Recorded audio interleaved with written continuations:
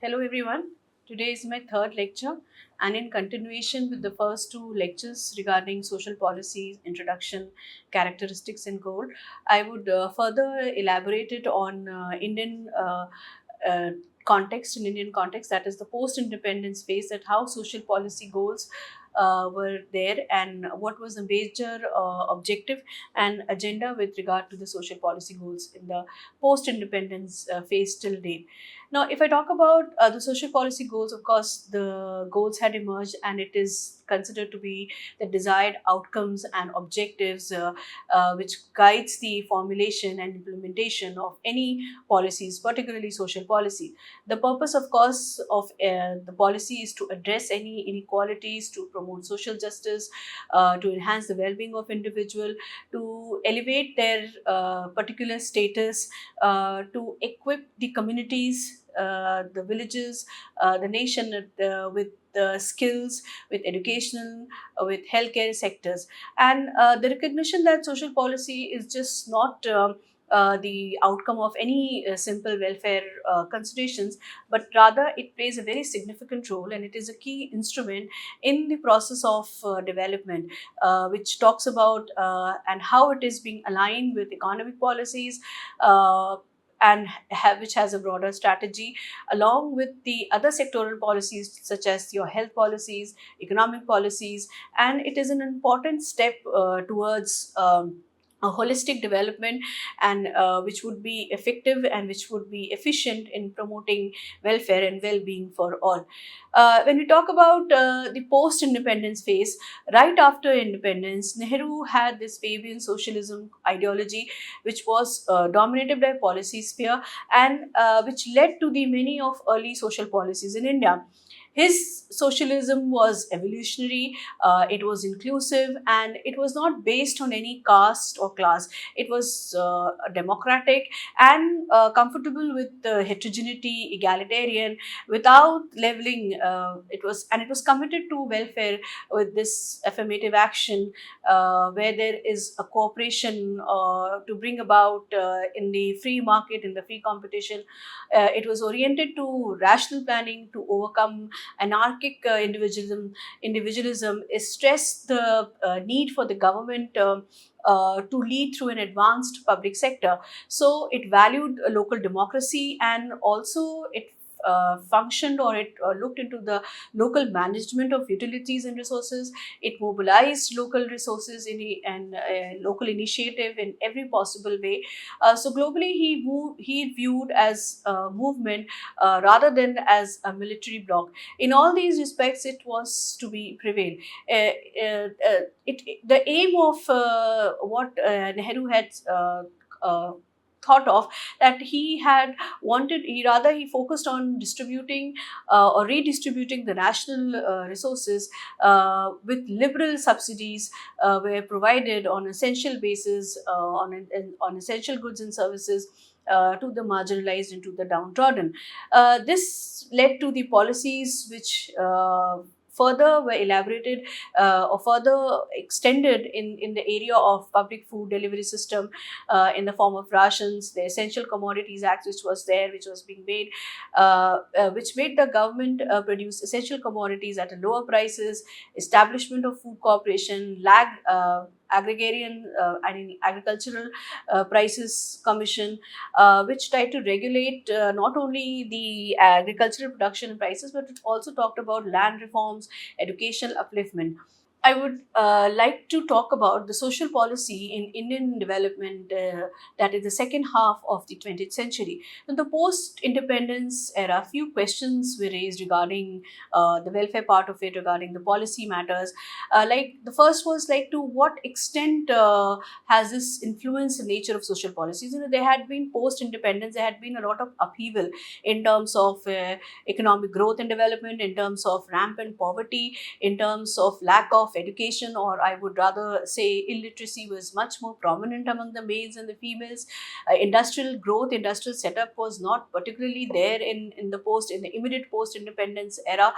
So there were questions which were related to how the policies which would be made, particularly the social policies which would be formulated and implemented, how to what extent it is going to influence. Secondly, the pressure on the state which has resulted from democratic functioning, did it mean any greater attention to, or it would look into the greater attention to the particular types of policies, and to which social groups or classes they would be benefiting. So the question was that whether the policies would be only concentrated to a very smaller population, to which particular groups, which communities, people coming from which socioeconomic background, and how much the state can entail or could hold that pressure, because it is talking about the democratic aspect of it. So how much attention has to be given to these marginalized or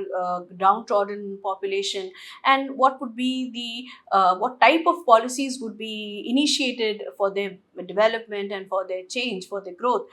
And the next one was why democracy itself is not resulted in attention to the provision of basic goods and minimal acceptable levels of public services for all citizens. So these issues are further complicated by the fact that India has not only a system of is not only a system of liberal democracy, but it is also a federal polity, and in which there's a substantial number of concerns which are particularly important from the perspective of social policy, like land reforms, education, health, infrastructure, urban basic. Although housing, affordable housing and basic urban services was not included in the post-independence phases, but later on it was added in the structural, in the policy making system. So the state government was concerned, and which has these policies were taken up by both the central as well as the state government. Post-independence phase, they had different political groupings and in different state governments, and they would have significant implications on both the policy as well as its effects, and how the policy would be implemented, and the various political parties, or so-called the political groupings, how much pressure they are going to exert on these policy system. This partly explains that why there had been so much of regional variation in terms of major demographic, economic and social variable across the states, because India being a diverse nation, there was further dynamism related to it, and that the particular type of social policies would have ripple effects, and which would bring about, which would affect the various classes in the society directly or indirectly. But it also determined the desired their desire and appetite for further public intervention. So it was like, due to the changing demographic, cultural, social variables across the state, it was imperative to understand that what kind of policies would be created and which type of policy would be best suitable to gain maximum benefit.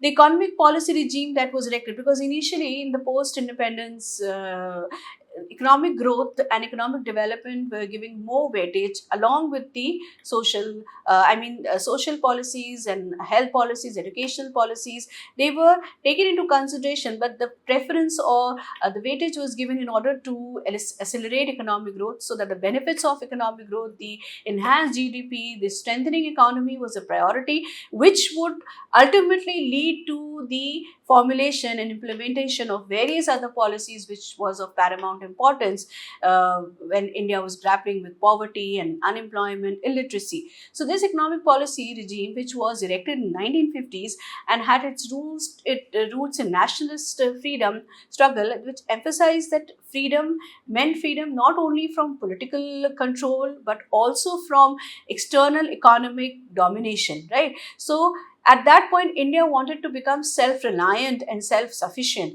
So they just do not wanted to have that dependency on other external resources. Rather, at that point of time, India wanted to generate more economic strength, that is more employment opportunities, strengthening economic opportunities, building capacity building was there, in setup of industrial industries like jute industries. Although we had jute industries, rice industries and establishments, bringing about newer establishments, establishing factories, so that the economy would be strengthened. It was felt that it could be ensured without giving the state, in independent India, a major role in building up infrastructure, expanding and strengthening the productive base of the economy, but setting up of financial institutions, regulating and coordinating economic activity. So the state was responsible, but otherwise also it was uh, uh, it was there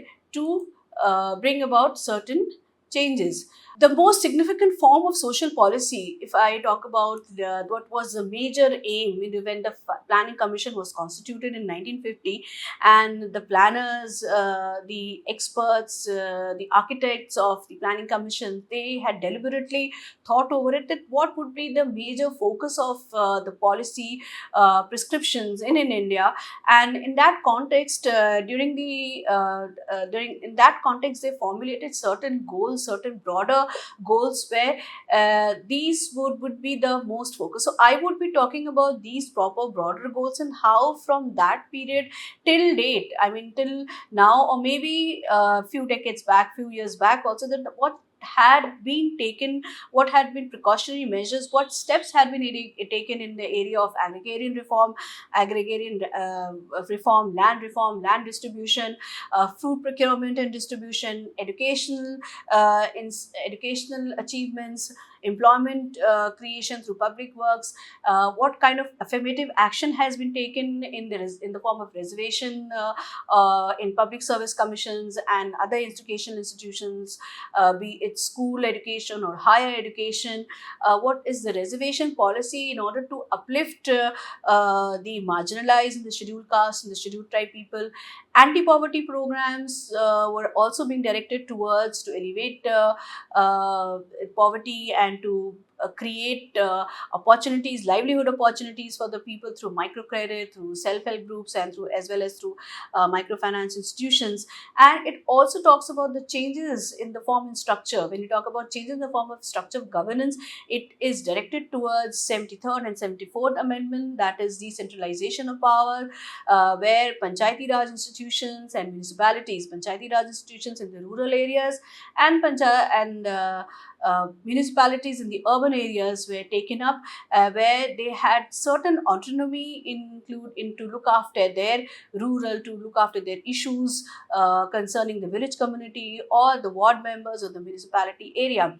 So, and also devolution of powers. Now, if I talk about agrarian reform, for the past decade or more, land reforms, in fact, very land reforms and land initiative, land policies had been a recent phenomena. Otherwise, land reforms and other interventions for institutional changes have been almost forgotten in the Indian policy debate. However, land reform or institutional changes which is required, remains crucial to sustainable expansion of agricultural growth and productivity in the various regions of India, and are more, and are more precisely, and are precisely the types of social policies that would play a significant role in the terms of furthering the development project.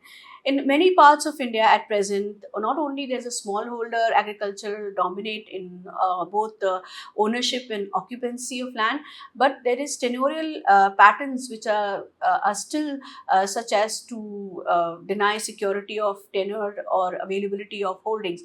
Similarly, credit and marketing arrangements are often monopolistic or monosoponistic in character and are skewed against the interest of small scale holders and marginal cultivators.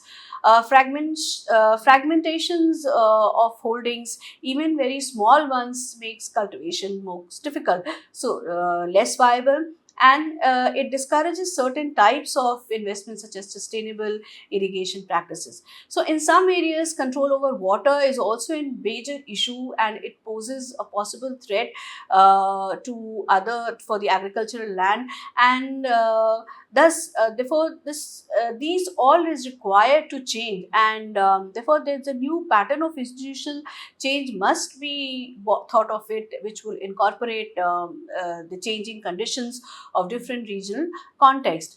The notion of land reforms, far from being forgotten, it has to be incorporated, and it should be expanded in order to cover a range of measures from institutional change in agriculture, which would make more, a viable smallholder cultivation more productive.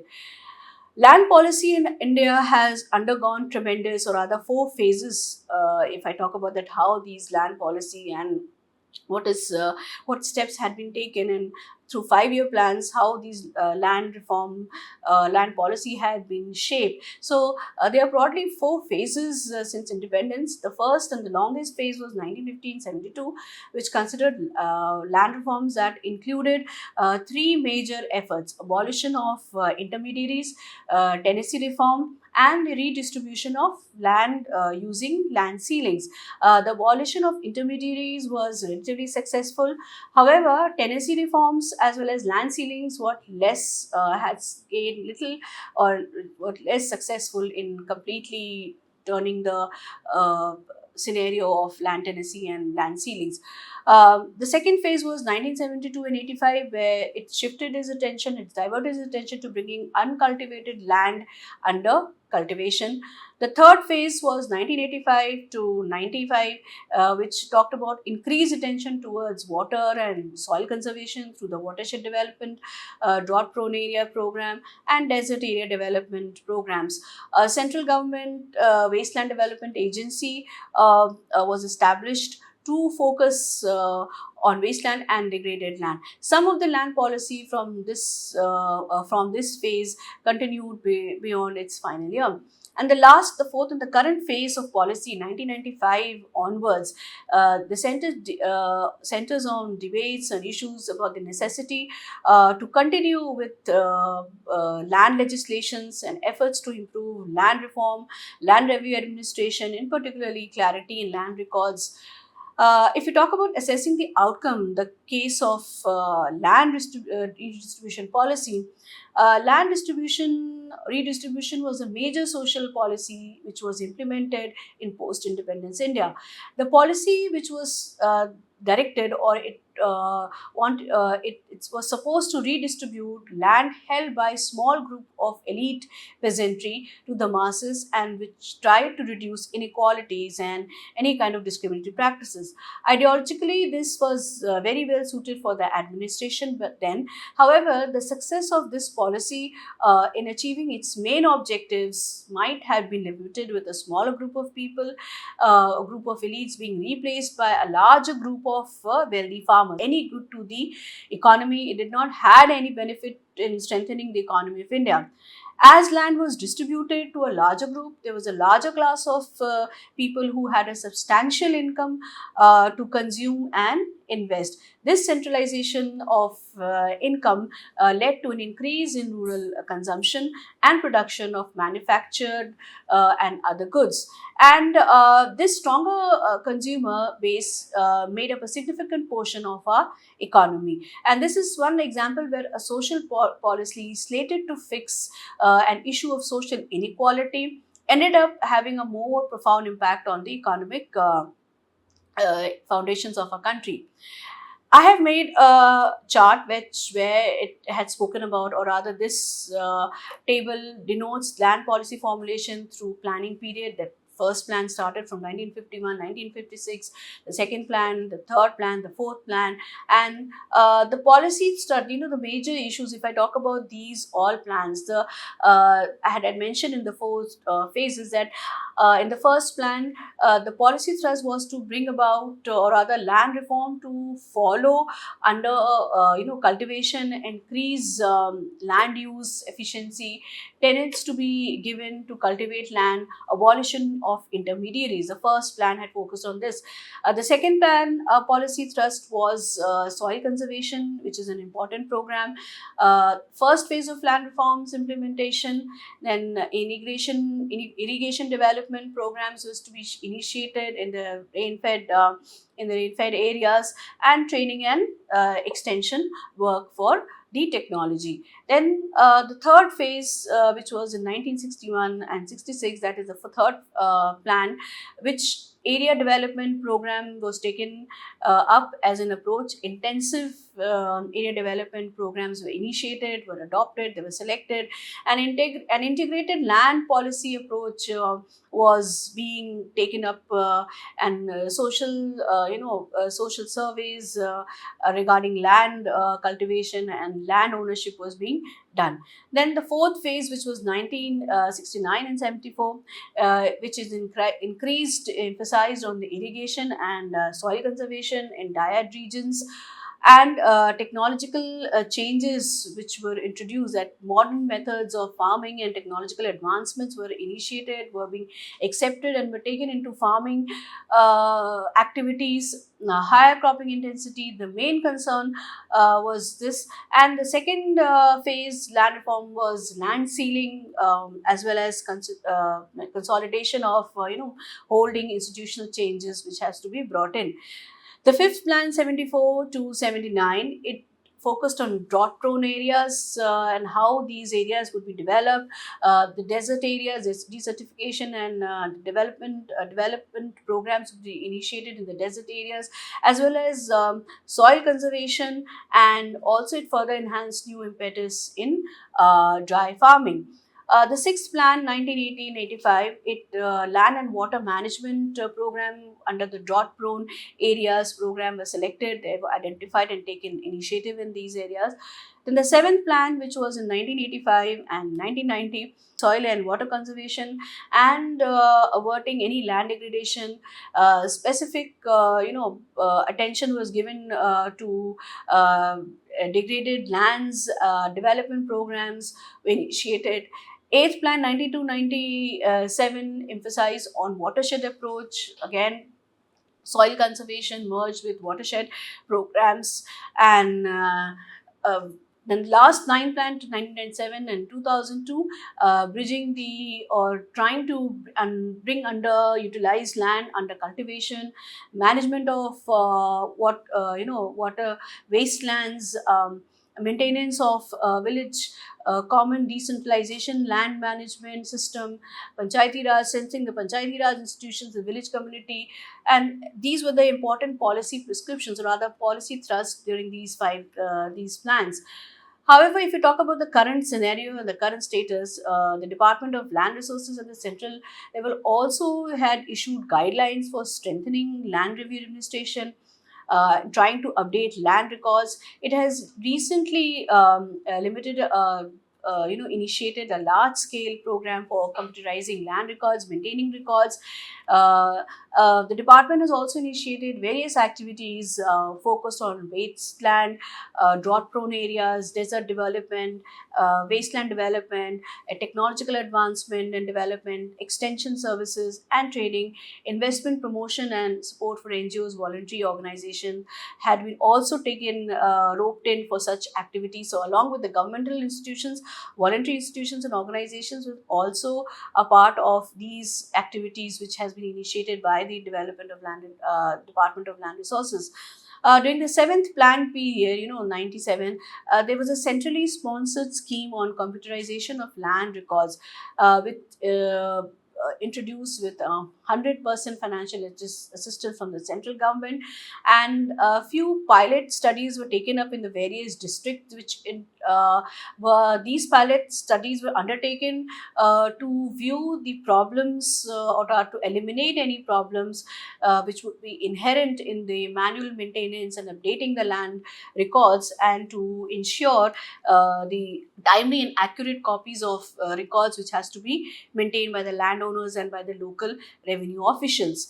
However, there a lot has to be done if you talk about how we need to bring about policy prescriptions and strengthening policy matters in the land reform areas. So, in recent years, the government's land policy interventions had focused on the correction and computerization of land records, improving the land survey process, and improving land and quality through the reclamation of degraded wasteland and forest.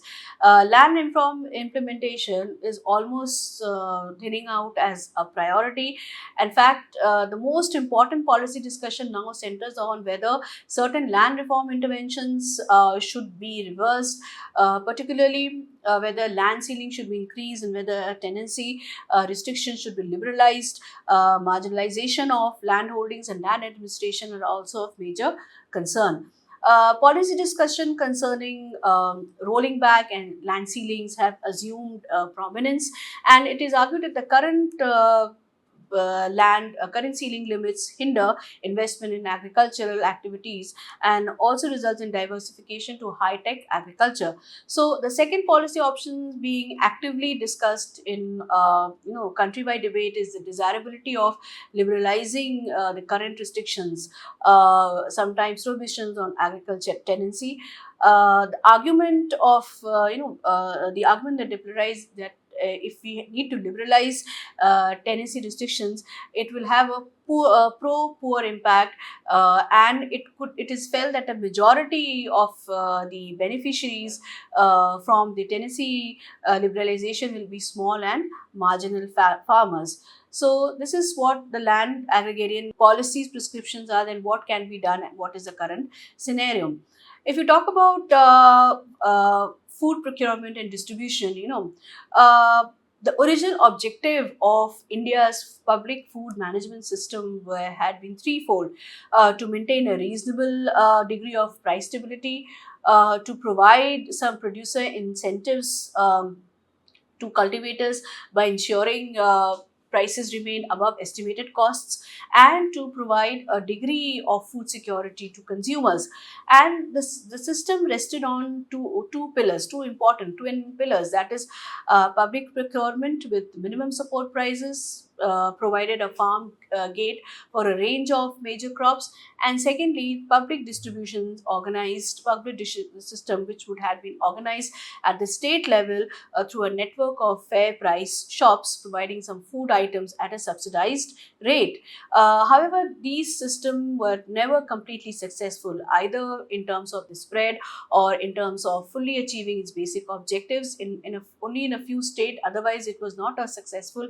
What objective or the thought process was behind to bring about such kind of public procurement and public it could not. In fact, public food grain procurement remained confined largely to certain surplus state. Just few states were had this advantage, like namely Punjab, Haryana, Uttar Pradesh and Andhra Pradesh. It did not extend to any other regions in terms and in terms of food distribution for consumers. Most of the rural population, except in such as state like Kerala and Andhra Pradesh, they did not have accessibility to this fair price shops and the rationing system. There was no public distribution system, and the attempt of universal provision, in the wake of trying to bring about this universal provision which should be applicable all over in the subcontinent, was not is sufficient, because in an attempt at this universal provision in a context of inadequate resource allocated for the purpose, which inevitably meant that many of these requiring cheaper food were in fact the ones did not have access. Nevertheless, during 1970s and 80s, the network did certainly expand in physical terms, and Indian food and agricultural prices were certainly more stable than world market prices for such commodities. However, the food procurement and distribution system played a positive role, but it had limited capacity, it had limited social role during, especially in the 70s and the 90s, and since 1990s, it has been undermined to the point where it is almost the verge of being dismantled and replaced with entirely private operations. However, if you talk about the food procurement and public distribution system, the in India, food procurement and distribution policies are largely shaped by the government to ensure food security, stabilize prices, and of course to support the farmers. These policies primarily operate through government agencies like the Food Corporation of India and the public distribution system.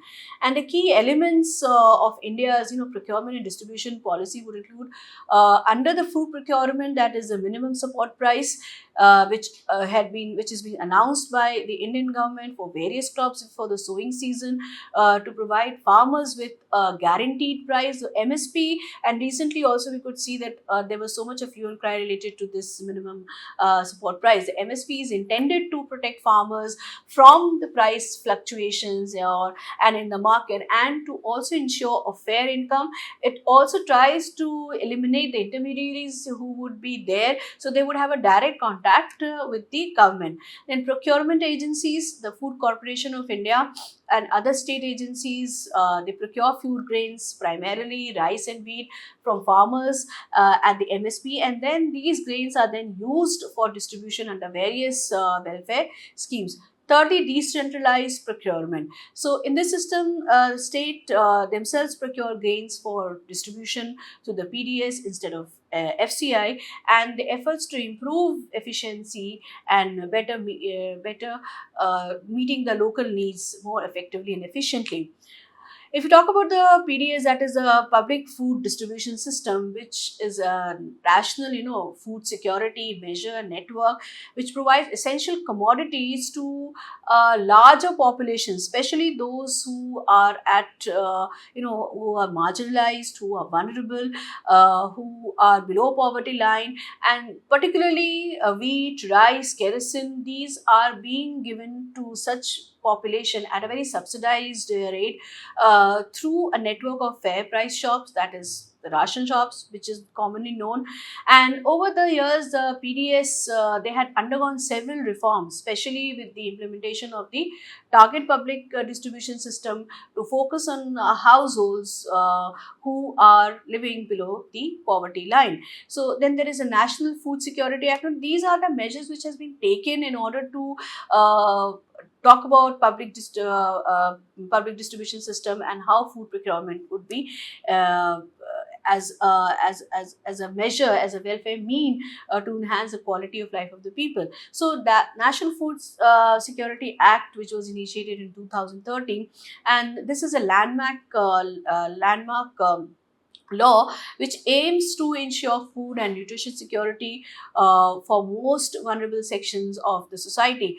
This, since it is an act, it protects, it safeguards the vulnerable population, and it is entitled. It has an entitlement, or it legally entitles 75% of rural population and 50% of the urban population to receive subsidized food grains through the PDS under the NFSA Act, and eligible household would receive 5 kg of food grains per person at subsidized rate. And even the Antoday Anna Yojana also provides certain food grains at a subsidized cost. Then there is another scheme which is related to your food procurement and public distribution, that is One Nation, One Ration card scheme. This initiative was allowed beneficiaries to access their PDS entitlements from anywhere in the country, promoting probability and benefiting migrant workers and their families. Then this is buffer stock management, another initiative. The government maintains a buffer stock of food grains through the FCI to ensure food availability during periods of scarcity, drought, or any other external or internal agent emergencies. It also helps in stabilizing food prices by releasing stocks in the market when prices are sharply risen or a higher price. Then other distribution and welfare schemes, that is the midday meal scheme. The midday meal scheme was initiated, which was provide nutritional free meals, nutritional free meals to school children in government schools, improving their nutritional status, as well as encouraging school attendance. Enrollment ratio would be enhanced to midday meal scheme. An integrated child development scheme was also there, which would offer supplementary nutrition to children under 6 years of age and to pregnant and lactating mothers. Then Pradhan Mantri Garib Kalyan Anna Yojana was also introduced during the COVID-19 pandemic. It provided additional income, additional food grains to the people, over 800 million people, to mitigate the impact of pandemic. So the government initiatives had been there. Now we come to the next important goal or next important agenda during the post-independence phase, that was the education. Education had always been a very important policy matter, because there had been slow improvement in literacy and education for both men and women in the post-independence phase. In fact, when Article 45 of the Written Principles of State Policy of Indian Constitution formulated, declared that the state is obliged and it is has its endeavor to provide within the period of 10 years uh, the commencement of the constitution free and compulsory education for children until the age of 14 years. So although it was there in the constitutional provisions, and even now it has, in 2009 there was Right to Education Act, but educational illiteracy was rampant during the post-independent phase. So the broader goal was not only to ensure that every individual would be educated, but the major impact was also to bring about literacy rate, enhance the literacy rate. So sometime, at one point of time, although people were being literate, but then it also resulted in other kind of problems like dropouts and low enrollment ratio, particularly of the girl child. So from the very beginning, since the inception, or since the formulation of Planning Commission, and since 5 year plans, now of course Niti Aayog is the functioning body. They had the early initiative in education, and foundational policies had been initiated since 1947 until date. So if you look into these, various commissions were being formed. University Grants Commission was formed in 1948-49. Then Second Education Commission was established, and the first National Policy on Education was initiated in 1968, and it was the first comprehensive policies in independent India, which followed the recommendations of the Kothari Commission, and which aimed at bringing about education system, a holistic approach towards the education system where everyone would be included. So a common school system was to be there to promote equality in education. The emphasis was on development of regional languages and the three languages formula. Then the focus was also on adopting science and technology education to meet the development needs, and it also advocated for spending 6% of the GDP on education. Okay, today I stop here. I would continue the fourth lecture in the context of social policy goals in post-development India. Thank you.